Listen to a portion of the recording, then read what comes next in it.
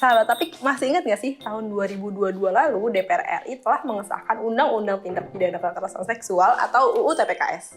UU TPKS awalnya bernama RUU PKS pada tahun 2014. Namun pengesahannya tidaklah mudah teman-teman. Pada tahun 2016 UU TPKS sudah masuk ke dalam prolegnas, namun pembahasannya mandek 2 tahun dan sempat dikeluarkan dari program legislasi nasional pada tahun 2020. Jaringan masyarakat sipil untuk UU TPKS tidak tinggal diam begitu saja teman-teman.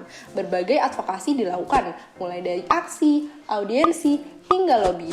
Pada tahun 2021, UU TPKS kemudian masuk kembali ke dalam prolegnas dan disahkan pada tahun 2022.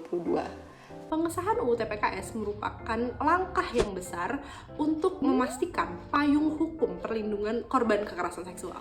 Pengesahan UU TPKS dianggap sebagai kemenangan bersama karena UU TPKS merupakan jawaban mutlak atas perlindungan korban kekerasan seksual.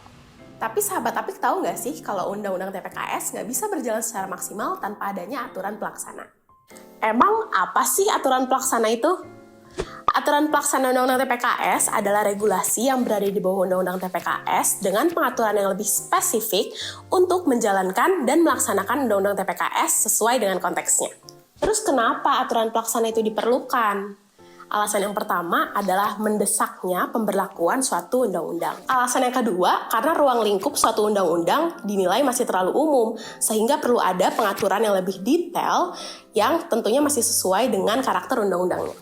Mekanisme pembentukan aturan pelaksana ini prosesnya panjang dan rumit, sehingga nggak mungkin DPR membentuk aturan pelaksananya sendiri. Oleh karena itu, aturan pelaksana dibuat oleh eksekutif. Nah, saat ini terdapat 7 aturan turunan UTPKS yang berupa 3 peraturan pemerintah dan 4 peraturan presiden yang sedang didorong pengesahannya oleh jaringan masyarakat sipil loh Sahabat Tapik.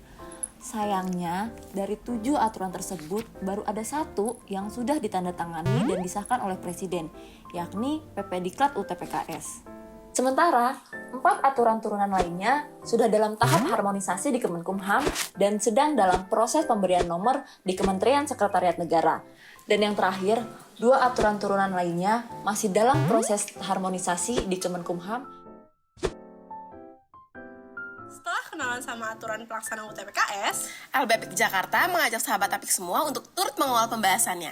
Karena aturan pelaksana ini dapat mendukung penerapan UTPKS secara lebih komprehensif.